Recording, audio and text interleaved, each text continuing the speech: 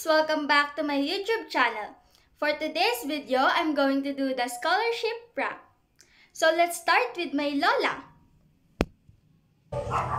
Nay. Nay. Bakit?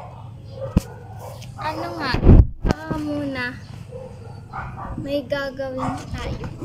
Ano para to sa scholar? Ano? Wala, upo ka lang.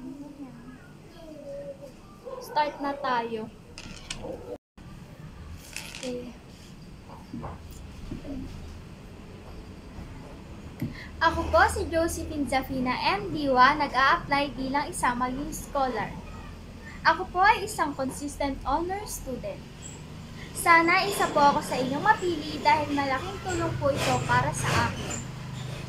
Sa ngayon po ay nasa pangangalaga ng aking lola sa kadahilan ng inabandonan na po ako ng aking mga magulang. Dati po siyang dancer ng bar sa Maynila.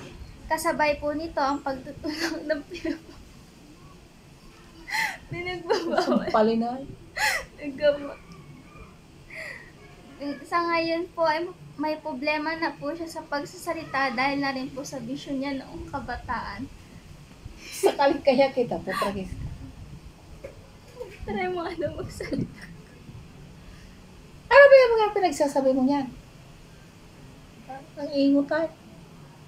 Ganyan ang interview mo.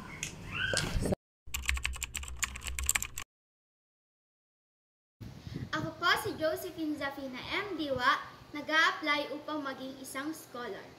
Ako po ay isang consistent honor student.